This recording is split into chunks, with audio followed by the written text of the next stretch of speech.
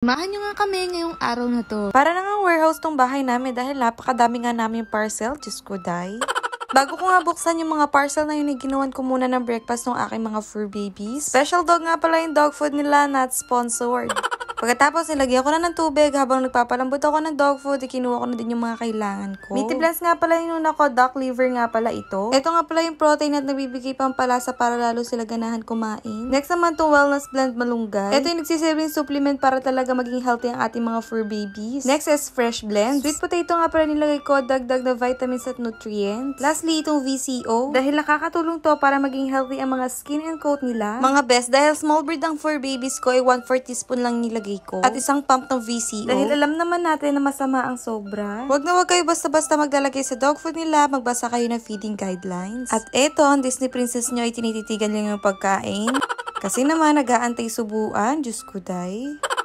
Sa dami nga ng parcel natin for today's video ay talaga naman sisimulan na natin buksan ito. Inuna ko nga muna pala itong mga pinadala ng egg. Diaper at pee-pad nga pala yung pinadala nila. Yung unang pee-pad ay meron yung tape sa baba tapos yung pangalawa ay wala na. Next naman itong sa Kiki Store. Nagpadala sila ng pet cooling pad at saka naman itong pet carrier bag. At patay na rin yung kanilang pee-pad. Sumunod naman to sa Paw Friends, to naman yung mga essentials. Ito yung perfume nila at saka ito naman yung mga shampoo at conditioner nila. At next naman ay meron din nagpadala ng charger ko. Dahil parehas na nga tong type iPhone yung charger kaya wala na makakahiram. Diyos ko, day.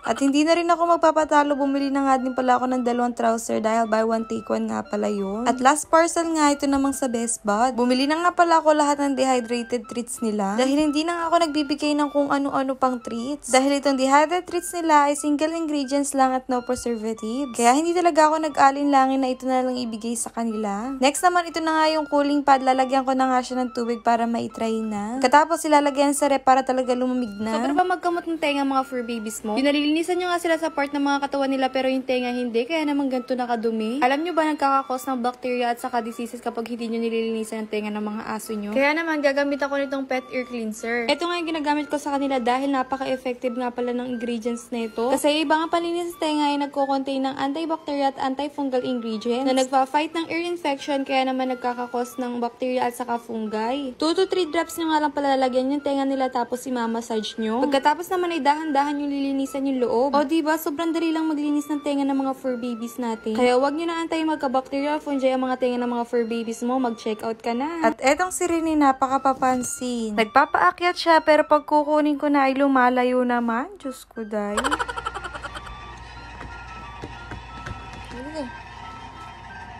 Papansin.